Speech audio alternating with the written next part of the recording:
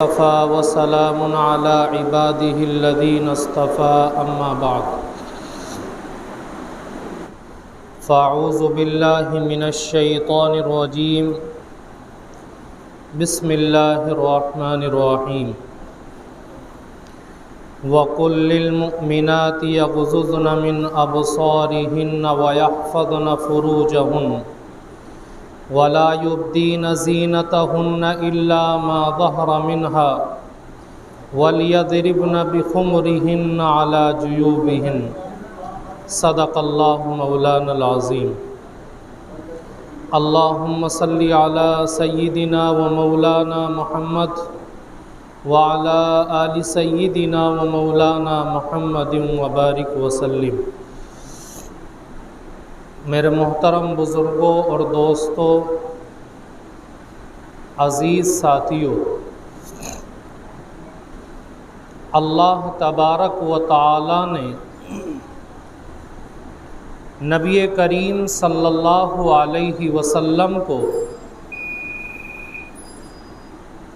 صرف دین و مذہب ہی لے کر کے نہیں بھیجا،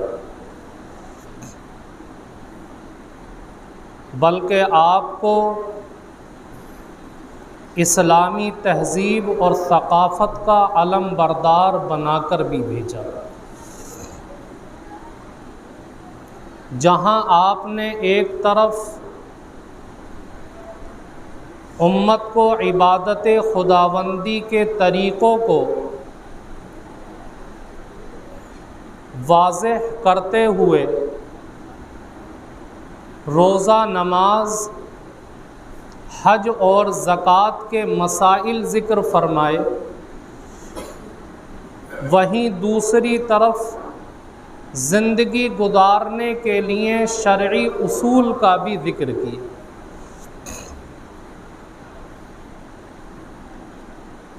تاکہ امت اس تہذیب و تمدن کو اپنا کر کے زندگی گزارے۔ چنانچہ آپ نے امت کو ایسی تہذیب اور کلچر سے روشناس کرایا کہ جس کے اندر دین و دنیا کی بھلائی مضمر ہے، تاکہ میری امت کے افراد کو زندگی کے کسی بھی موڑ پر کسی دوسرے کی طرف دیکھنے کی ضرورت پیش نہ آئے، اور میری امت زندگی کے کسی بھی لمحات کے اندر اپنے آپ کو بے یار و مددگار نہ سمجھے، اور نہ ہی بے لگام اور آزاد سمجھے۔ اس لیے اللہ کے نبی علیہ السلام نے مسلمانوں کے لیے جو اسلامی قالب کے اندر رہ کر کے زندگی گزارنا چاہتے ہیں، ان کے لیے ایسی روشن ہدایات چھوڑی، ایسی تعلیمات اللہ کے نبی نے ان کے لیے پیش کی، تاکہ میری امت ان کی اقتدا کر کے، ان کی نقالی کر کے زندگی گزارے اور اللہ کے نزدیک اپنی زندگی کو کامیاب بنانے والی بن جائے۔ لیکن افسوس یہ ہے کہ آج کا مسلم معاشرہ غیروں کی نقالی کر کے زندگی گزار رہا ہے، اور جو نبی نے طریقہ بتایا تھا اس طریقے کو چھوڑ کر کے زندگی گزر رہی ہے، اور اس کو اپنے لیے برائی اور غلط چیز نہیں سمجھا جاتا، بلکہ اس کو اپنے لیے ترقی کی چیز سمجھا جاتا ہے۔ حالانکہ ایک مسلمان کی کامیابی اللہ رب العزت نے نبی کے طریقے کے اندر رکھی ہے، جو اللہ کے نبی نے اسلامی تہذیب اور اسلامی کلچر سکھایا ہے۔ اگر ایک مسلمان اس کے اوپر عمل کرے گا تبھی اللہ کے یہاں کامیاب ہوگا، اور اگر اس کے اوپر عمل نہیں ہے تو اللہ تبارک و تعالی کے یہاں کامیاب نہیں ہو سکتا۔ میرے بزرگوں، یہ اسلام دین فطرت ہے، اس لیے اسلام کے اندر انسان کے فطری جذبات کا خیال رکھا گیا۔ عورتوں کے اندر بننے سنورنے کا، زیب و زینت اختیار کرنے کا جذبہ ہوتا ہے، تو اسلام نے اس کو جائز ہی قرار نہیں دیا، بلکہ اس کے اپنانے کے اوپر اسلام نے ابھارا بھی ہے۔ لیکن یہ تاکید کی ہے کہ اگر ایک عورت بننا سنورنا چاہتی ہے، زیب و زینت اختیار کرنا چاہتی ہے، تو وہ اپنے شوہر کے لیے کرے، کسی غیر کو دکھانے کے لیے زیب و زینت اختیار نہ کرے۔ اگر غیر کو دکھانے کے لیے عورت زیب و زینت کو اختیار کرتی ہے تو یاد رکھیں اللہ کے نبی علیہ السلام کے ارشادات سے پتہ چلتا ہے کہ اللہ تبارک و تعالیٰ کے یہاں اس کی سزا بھی بہت خطرناک ہے۔ کیسی سزا؟ ایک روایت آپ کو سناتا ہوں جس کو حافظ شمس الدین ذہبی رحمۃ اللہ علیہ نے اپنی مشہور کتاب الکبائر کے اندر نقل کیا، جس روایت سے پتہ چلتا ہے کہ اگر ایک عورت اپنے شوہر کے لیے نہیں غیر کے لیے سنورتی ہے، غیر کے سامنے جانے کے لیے سنورتی ہے، تو اللہ تبارک و تعالی نے کیسی سزا رکھی ہے اس روایت سے پتہ چلتا ہے۔ کیا روایت ہے؟ ایک مرتبہ حضرت علی رضی اللہ تعالیٰ عنہ اور حضرت فاطمہ رضی اللہ تعالیٰ عنہ اللہ کے نبی علیہ السلام سے ملنے کے لیے گئے۔ جب حضرت علی رضی اللہ تعالیٰ عنہ گھر میں داخل ہوئے، دیکھا کہ اللہ کے نبی علیہ السلام زارو قطار رو رہے ہیں۔ حضرت علی معلوم کرتے ہیں اللہ کے نبی، آپ کو کس چیز نے رونے کے اوپر آمادہ کیا؟ کون سی ایسی چیز ہے جو آپ کو رلا رہی ہے؟ اللہ کے نبی فرماتے کہ جب میں معراج پر گیا تھا تو مجھے جنت اور جہنم کی سیر کرائی گئی، میں نے وہاں کے نظاروں کو دیکھا، میں نے جہنم کے اندر دیکھا کہ میری امت کی کچھ عورتیں ایسی ہیں کہ جن کو ایسے خطرناک عذاب کے اندر مبتلا کیا جا رہا ہے، جب میں نے ان کا تصور کیا تو آج میری آنکھوں سے آنسو چھلک اٹھے۔ میرے بزرگوں، اللہ کے نبی علیہ السلام کی شفقت اپنی امت کے اوپر اتنی زیادہ ہے کہ اس کا اندازہ نہیں لگایا جا سکتا۔ دنیا کے اندر ایک شفیق ماں جو اپنی اولاد کے اوپر بے پناہ مہربان ہوتی ہے، اگر وہ ماں اپنی اولاد کو قید خانے کے اندر جیل میں سخت قسم کی صعوبتیں برداشت کرتا ہوا دیکھے، تکلیفیں اٹھاتا ہوا دیکھے، تو اس ماں کا کلیجہ منہ کو آنے لگتا ہے، تو اللہ کے نبی کی ذات تو اس سے بڑی ہے۔ اللہ کے نبی کی شفقت تمام دنیا کی ماؤں سے زیادہ ہے۔ اس لیے اللہ کے نبی کو جب اپنی امت کی عورتوں کا خیال آیا، ان کے عذاب کا تصور آیا، اللہ کے نبی زار و قطار رونے لگے۔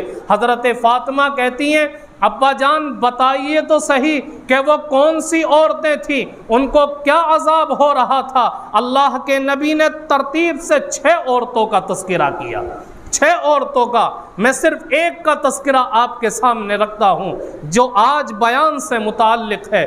چنانچہ اللہ کے نبی نے فرمایا کہ سب سے پہلی عورت کو میں نے دیکھا کہ وہ جہنم کے اندر اپنے سر کے بالوں کے بل لٹکی ہوئی تھی اور اس کا دماغ ہانڈی کی طرح پک رہا تھا۔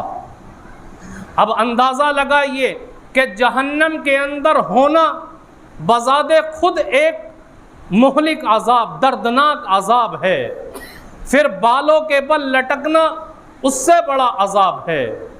آپ دنیا کے اندر دیکھیں کہ اگر کسی مرد یا عورت کے بالوں کو پکڑ کر کے کھینچ لیا جائے تو انسان کی چیخ نکل جاتی ہے، لیکن کل قیامت کے دن انہی بالوں کے ذریعے سے انسان کو لٹکا دیا جائے تو کتنی تکلیف ہوگی، ہر ایک اس کو محسوس کر سکتا ہے۔ اور پھر تیسری چیز، اس کا دماغ ہانڈی کی طرح پکنا، یہ بھی ایک بہت بڑا عذاب ہے اللہ کی طرف سے۔ اللہ کے نبی نے فرمایا کہ میں نے ایک عورت کو دیکھا کہ بالوں کے بل لٹکی ہوئی ہے اور اس کا دماغ ہانڈی کی طرح پک رہا۔ حضرت فاطمہ معلوم کرتی ہیں اللہ کے نبی، اس عورت کو جو سزا ہو رہی تھی، وہ اس کے کون سے عمل کی وجہ سے ہو رہی تھی؟ اللہ کے نبی فرماتے ہیں کہ فاطمہ، اس عورت کو جو سزا ہو رہی تھی وہ اس لیے ہو رہی تھی کہ یہ لوگوں کے سامنے دنیا میں بغیر پردے کے جایا کرتی تھی، اپنے سر کو کھول کر کے لوگوں کے سامنے جاتی تھی، جس کا نتیجہ یہ نکلا کہ اللہ نے اس کے بالوں کے بل اس کو جہنم کے اندر لٹکا دیا۔ میرے بزرگوں، میں نے جو قرآن کریم کی آیت تلاوت کی، اس آیت کریمہ کے اندر اللہ نے صاف اعلان کر دیا اور یہ حکم فرما دیا کہ ایمان والی عورتیں اپنی نظروں کی، اپنی شرمگاہوں کی اور اپنے سطر کی حفاظت کریں اور زینت کے مواقع کو انتہائی چھپا کر کے رکھیں، لوگوں کے سامنے ان کو ظاہر نہ کریں۔ دیکھیے، ایک ہوتا ہے سطر اور ایک ہوتا ہے پردہ، دونوں الگ الگ چیز ہے۔ سطر کے اندر تو یہ ہے کہ سر کے بال سے لے کر پاؤں تک عورت اپنے چہرے، ہتھیلیوں اور دونوں پیروں کے علاوہ چھپا کر کے رکھے نماز کے اندر، اور پردہ یہ ہے کہ عورت اپنے چہرے کو بھی غیر محرم کے سامنے چھپا کر کے رکھے۔ اب ہو کیا رہا ہے کہ آج ہم معاشرے کے اندر اس برائی کو عام ہوتا ہوا دکھائی دے رہے، سب کو دکھائی دے رہا ہے کہ یہ برائی عام ہوتی چلی جا رہی ہے، اور ہمارے گھروں کا حال جو ہے اس سے بدتر حال باہر کا ہے کہ آج کی نوجوان لڑکیاں بناؤ سنگار کر کے، زیب و زینت اختیار کر کے، بغیر نقاب اور بغیر پردے کے اپنے سر کو کھول کر کے غیروں کے سامنے جاتی ہے اور اپنے زینت کے مواقع کا اظہار کرتی ہیں۔ جب ایسا ہوگا تو اللہ تبارک و تعالیٰ کی طرف سے پکڑ آئے گی اور گھروں کے اندر نحوست آنا شروع ہو جائے گی۔ میرے بزرگوں، یہ اتنا سخت عذاب ہے، اس کا اتنا سخت عذاب ہے۔ کئی سال پہلے ایک رسالے کے اندر ایک واقعہ پڑا تھا، جو واقعہ اسی سے متعلق تھا۔ وہ واقعہ کہیں پیش آیا تھا گلگت شہر کے اندر، ایسا خطرناک واقعہ کہ پڑھ کر کے رونگٹے کھڑے ہو جاتے۔ واقعہ کیا تھا؟ اس رسالے کے اندر لکھا تھا کہ گلگت شہر کے اندر ایک نوجوان کسی قبرستان سے ہو کر کے گزر رہا تھا، اس کو کسی قبر سے یہ آواز آئی کہ مجھے قبر سے باہر نکالو، میں زندہ ہوں۔ ایک مرتبہ آواز سنی، دوسری مرتبہ سنی، اس نوجوان نے سوچا شاید یہ میرا وہم ہو سکتا ہے، ورنہ قبر سے آواز کیسے آئے گی۔ چنانچہ اس نے مستقل جب وہ آواز سنی تو وہ قریب کی بستی میں گیا اور چند لوگوں سے کہا کہ قبر سے ایسی آواز آ رہی ہے، تم بھی چل کر کے سنو۔ چند لوگ اس کے ساتھ آئے اور آ کر کے قبر کے پاس سے اس آواز کو انہوں نے بھی سنا کہ میں اپنی قبر کے اندر زندہ ہوں، مجھے باہر نکالو۔ تمام لوگوں کو یقین ہو گیا کہ یہ آواز قبر سے آ رہی ہے۔ چنانچہ اب لوگوں کو فکر ہوئی مسئلہ معلوم کرنے کی، تو علماء کے پاس گئے، امام صاحب کے پاس گئے اور جا کر کے کہا کہ قبر سے ایسی آواز آ رہی ہے، کیا قبر کو کھولا جا سکتا ہے؟ امام نے کہا کہ اگر تمہیں یقین ہے کہ یہ مردہ زندہ ہے تو قبر کو کھول کر کے نکال لو۔ چنانچہ لوگوں نے اس قبر کو کھولا اور جیسے ہی تختہ ہٹایا ہے، دیکھا کہ اس قبر کے اندر ایک ننگی عورت بیٹھی ہوئی ہے۔ اس عورت نے کہا کہ میرا فلاں گھر ہے، وہاں سے جا کر پہلے میرے کپڑے اور چادر لے کر کے آؤ۔ چنانچہ لوگ دوڑ کر کے اس کے گھر گئے، اس کے کپڑے اور چادر لے کر کے آئے اور قبر کے اندر پھینک دیے۔ اس عورت نے اپنے کپڑوں کو پہنا، چادر کو لپیٹا اور بجلی کی طرح قبر سے نکلی اور اپنے گھر کی طرف دوڑی۔ لوگ اس کے پیچھے دوڑتے ہوئے گئے اور اس عورت نے گھر کے اندر جا کر کمرے میں داخل ہو کے کنڈی کو بند کر دیا۔ لوگوں نے دروازہ کھٹکھٹایا اور کہا کہ کنڈی کھولو، ہم اندر آ کے بات کرنا چاہتے ہیں۔ وہ عورت کہتی ہے کہ میں کنڈی تو کھولوں گی، لیکن شرط ہے، شرط یہ ہے کہ کمرے کے اندر ایسا جگر گردے والا آدمی داخل ہو جو میری حالت کو دیکھ سکے، کیونکہ ہر کوئی میری حالت کو دیکھ نہیں سکتا۔ لوگوں نے ہمت کر کے کہا کہ ٹھیک ہے ہم داخل ہوتے ہیں، کنڈی کھولو۔ اس عورت نے وہ کنڈی کھولی تو وہ لوگ اس کمرے کے اندر داخل ہوئے تو سب سے پہلے اس عورت نے اپنے سر سے چادر کو ہٹایا۔ لوگوں نے دیکھا کہ اس کے سر کے اوپر نہ بال تھے نہ کھال تھی۔ پوچھا کہ تیرے سر کے بال کہاں چلے گئے؟ کہا کہ میں دنیا کے اندر بے پردہ ٹہلا کرتی تھی، جب میرا انتقال ہوا میرے گھر والوں نے قبر کے اندر دفن کیا، فرشتوں نے میرے بالوں کو نوچا جس سے بال کے ساتھ کھال بھی چلی گئی، آج نہ میرے سر پر بال ہے نہ کھال ہے، خالی کھوپڑی نظر آ رہی۔ اس کے بعد پھر اس عورت نے اپنے منہ سے چادر کو ہٹایا۔ لوگوں نے دیکھا کہ اس کے منہ کے اندر صرف دانت نظر آ رہے ہیں، ہونٹ نہیں ہے۔ پوچھا تیرے ہونٹ کہاں چلے گئے؟ کہا کہ میں دنیا کے اندر جب زندہ تھی تو لپسٹک لگا کر غیروں کے سامنے جایا کرتی تھی، جب انتقال ہوا فرشتوں نے میرے ہونٹوں کو کاٹ دیا، جس کا نتیجہ یہ ہے کہ آج ہونٹ نہیں صرف دانت باقی ہے۔ اس کے بعد اس عورت نے اپنے ہاتھوں اور پیروں سے کپڑے کو ہٹایا۔ لوگوں نے دیکھا کہ اس کے ہاتھ اور پیر کی انگلیوں کے اندر ایک بھی ناخن باقی نہیں۔ معلوم کیا تیرے ناخن کیا ہو گئے؟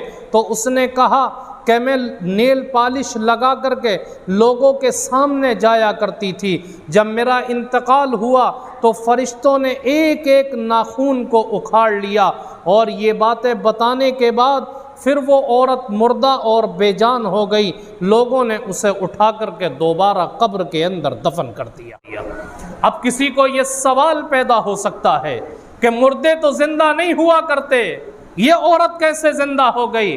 تو میرے بزرگوں یاد رکھیں کہ اللہ کا عام اصول یہی ہے کہ مرنے کے بعد کوئی زندہ نہیں ہوتا، لیکن کبھی کبھی ایسا ہوتا ہے کہ اللہ تبارک و تعالی دکھانے کے لیے کسی کو زندہ کر دیتا ہے۔ ایک بزرگ گزرے حافظ ابن ابی الدنیا رحمت اللہ علیہ، انہوں نے عربی کے اندر ایک کتاب لکھی من عاش بعد الموت، اس کے اندر اس طرح کے واقعات کو نقل کیا ہے۔ اسی طرح ایک اور بزرگ گزرے حافظ رجب حنبلی رحمت اللہ علیہ، انہوں نے بھی اس طرح کے واقعات کو ذکر کیا اور کہا کہ دیکھو عام اللہ کا قانون یہی ہے کہ مردے زندہ نہیں ہوتے، لیکن اللہ تعالیٰ بندوں کو دکھانے کے لیے کبھی کبھی ایسا کر دیتا ہے۔ میرے بزرگوں اندازہ لگائیے کہ کتنا سخت عذاب ہے بے پردگی کا، لیکن آج یہ بے پردگی عام ہوتی چلی جا رہی ہے، اور ہماری ماں بیٹیاں غیروں کے سامنے سر کھول کر کے جاتی ہیں، چہرے کو کھول کر کے جاتی ہیں۔ کل قیامت کے دن ہماری بیٹیوں کو اگر عذاب ہوگا تو یاد رکھیں اللہ ہمارا بھی دامن پکڑ لے گا، ہمارا بھی دامن پکڑا جائے گا۔ مسلم شریف کی ایک روایت اللہ کے نبی نے بیان فرمائی، حضرت ابو ہریرہ کہتے ہیں اللہ کے نبی نے فرمایا کہ جب میں معراج پر گیا اور جنت اور جہنم کی سیر مجھے کرائی گئی، میں نے جنت کے اندر لوگوں کو ناز و نعمت کے اندر دیکھا، ایسے ہی جہنم کے اندر بہت سارے عذابوں کے اندر لوگوں کو مبتلا دیکھا، لیکن فرماتے ہیں کہ جتنے لوگوں کو میں نے جہنم میں عذاب میں مبتلا دیکھا وہ تمام کے تمام لوگ آج ہمارے سامنے دنیا کے اندر موجود ہے، لیکن فرمایا کہ دو قسم کے لوگ ایسے دیکھے جہنم میں جو ہمارے سامنے موجود نہیں ہے۔ کون کہہ رہا؟ اللہ کے نبی کہہ رہے، جو آج موجود نہیں ہے آگے چل کر کے پیدا ہوں گے۔ وہ کون سے لوگ ہیں؟ فرمایا کہ ایک تو وہ ظالم کہ جن کے ہاتھوں کے اندر بیل کی پونچھ کی طرح ڈنڈے ہوں گے، اور وہ ان ڈنڈوں سے غریبوں، کمزوروں اور نہتے لوگوں کے اوپر ظلم کریں گے۔ آج اس چیز کو ہم میں سے ہر ایک جانتا ہے کہ وہ کون لوگ ہیں کہ جن کے ہاتھوں کے اندر ڈنڈے ہیں، وہ کمزوروں کے اوپر ظلم کرتے ہیں، رکشے والوں کے اوپر ڈنڈا برساتے ہیں، غریبوں کے اوپر ظلم کرتے ہیں، لیکن مالداروں کے اوپر ان کا کوئی زور نہیں چلتا۔ پہلے زمانے کے اندر جو نواب لوگ ہوا کرتے تھے ان کے محل کے سامنے کوئی گھوڑے پر سوار ہو کر کے نہیں جا سکتا تھا، اگر کوئی چلا گیا تو اس کو اٹھا کر کے ڈنڈے بجائے جاتے تھے، اور آج کون لوگ بجا رہے ہیں ہر ایک جانتا، میں نام نہیں لینا چاہتا۔ تو ایک تو یہ لوگ ہیں اللہ کے نبی نے فرمایا کہ جن کے ہاتھوں میں جانور کی پونچھ کی طرح ڈنڈے ہوں گے اور کمزوروں کے اوپر ظلم و ستم کریں گے، اور دوسرے وہ عورتیں ہوں گی کہ جو کپڑے پہننے کے باوجود ننگی ہوں گی۔ اس کا کیا مطلب؟ عجیب بات ہے، اللہ کے نبی نے فرمایا کہ ایسی عورتیں بھی ہوں گی، اور وہ آج ہیں، کہ کپڑے پہننے کے باوجود وہ ننگی ہوں گی۔ اس کا کیا مطلب؟ مفسرین نے 3 مطلب بیان فرمائے۔ 3 مطلب۔ پہلا مطلب کہ کپڑے پہننے کے باوجود ننگی ہوں گی، یعنی ان کے کپڑے اتنے چھوٹے ہوں گے کہ ان کی پنڈلیاں دیکھتی ہوں گی، ان کے بازو دیکھتے ہوں گے، ان کا سینہ دیکھتا ہوگا، ان کا پیٹ اور پیٹھ دیکھتی ہوگی۔ آج دیکھیں کہ بازاروں کے اندر اور ہمارے مسلمانوں کے اندر بھی بہت ساری نوجوان لڑکیاں بنیان پہنتی ہیں، کچھا پہنتی ہیں کہ جس سے ٹانگیں دکھائی دیتی ہیں، بازو کھلے رہتے ہیں۔ ایسے ہی بہت ساری مسلمان عورتیں ساڑی اور بلاؤز پہنتی ہیں جس سے پیٹ اور پیٹھ کھلا رہتا ہے۔ اللہ کے نبی نے فرمایا کہ جتنا جسم ڈھکا ہے اس سے زیادہ کھلا ہوا ہے، یہ کپڑے پہننے کے باوجود ننگا ہونا ہے۔ دوسرا مطلب یہ ہے کہ کپڑا پہننے کے باوجود وہ ننگی ہوں گی، یعنی ان کے جسم کے اوپر جو کپڑا ہوگا وہ اتنا باریک ہوگا کہ جسم کی چیزیں دکھائی دے رہی ہوں گی۔ میرے بزرگوں، آج یہ برائی بھی ہماری نگاہوں کے سامنے ہے۔ اگر ہم بازار جاتے ہیں تو بہت ساری عورتیں ایسی ہوتی ہیں کہ جو اتنا باریک کپڑا پہنتی ہیں، ان کے جسم کے اندر کا کپڑا بھی نظر آتا ہے۔ یہ وہ عورتیں ہیں جو کپڑا پہننے کے باوجود ننگی ہیں۔ اور تیسرا مطلب یہ ہے کہ ان کے کپڑے اتنے چست اور ٹائٹ ہوں گے کہ جسم کی تمام بناوٹ دکھائی دے رہی ہوگی۔ جب ایسی عورتیں پیدا ہوں گی تو اللہ کے نبی فرماتے ہیں کہ جنت کے اندر جانا تو دور ہے، یہ جنت کی خوشبو بھی نہیں پا سکتی۔ میرے بزرگوں، ہم اس چیز کے اوپر توجہ دیں اور اپنے گھروں کا جائزہ لیں کہ آج ہمارے گھروں میں کیسے لباس استعمال ہوتے ہیں۔ ہمارے گھروں کے اندر جو لباس استعمال ہو رہے، جو بچیاں استعمال کر رہی ہیں، ایسے لباس استعمال کے پینٹ پہن رہی ہیں تو اتنی اونچی ہے کہ پنڈلیاں دکھائی دیتی ہے۔ کل قیامت کے دن اللہ رب العزت کے سامنے پکڑ ہو جائے گی، اور اللہ رب العزت باز پرس کرے گا کہ تم نے اپنی اولاد کو کیسا لباس پہنایا، کیسی اس کی تربیت کی ہے۔ آج تو جو غیر ہیں وہ پروپیگنڈا پھیلاتے ہیں کہ آج لڑکیوں کو آزاد چھوڑو، آج ان کو قید سے نکالو۔ میرے بزرگوں، یہ پروپیگنڈا اسلام کے خلاف ہے، کیونکہ ایک یہودی پوپ کہتا ہے کہ دیکھو، شراب کا جام، مغنیہ اور فاحشہ عورت امت محمدیہ کو تہو بالا کرنے کا وہ کام کر سکتے ہیں جو ہزاروں توپیں نہیں کر سکتی۔ ہزاروں توپیں وہ کام نہیں کر سکتی۔ کہا جاتا ہے کہ عورت کو اسلام کے اندر قید کر دیا گیا، پردے میں قید کر دیا گیا، حالانکہ اگر ہم دیکھیں تو اسلام نے جو آزادی دی ہے وہ کسی اور مذہب نے نہیں دی ہے۔ کیسے؟ کہ آپ نے سنا ہوگا، پڑھا ہوگا کہ ابتدا کے اندر عورت کے اوپر ظلم و ستم کے پہاڑ توڑے جاتے تھے، عورت کو انسان ہی نہیں سمجھا جاتا تھا۔ جب اللہ کے نبی آئے، اسلام آیا، تو عورت کے اوپر جو ظلم و ستم ہو رہے تھے اسلام نے اس کو ختم کیا، عورت کو اشرف المخلوقات قرار دیا مرد کی طرح، اور کہا کہ یہ عورت گھر کی ملکہ بن کر رہے گی۔ اگر وہ عورت بیوی ہے تو گھر کی ملکہ ہے، اگر وہ عورت بیٹی ہے تو پھر والدین کے لیے اللہ کی رحمت اور نعمت ہے، اگر وہ بہن ہے تو پرورش کرنے والے بھائی کے لیے جنت کی بشارت ہے، اور اگر وہ عورت ماں ہے تو اس کے قدموں تلے جنت ہے۔ یہ اتنی آزادی ہے، اتنے انعامات ہیں جو غیر مذہب نہیں دے سکتے، نہیں دے سکتے۔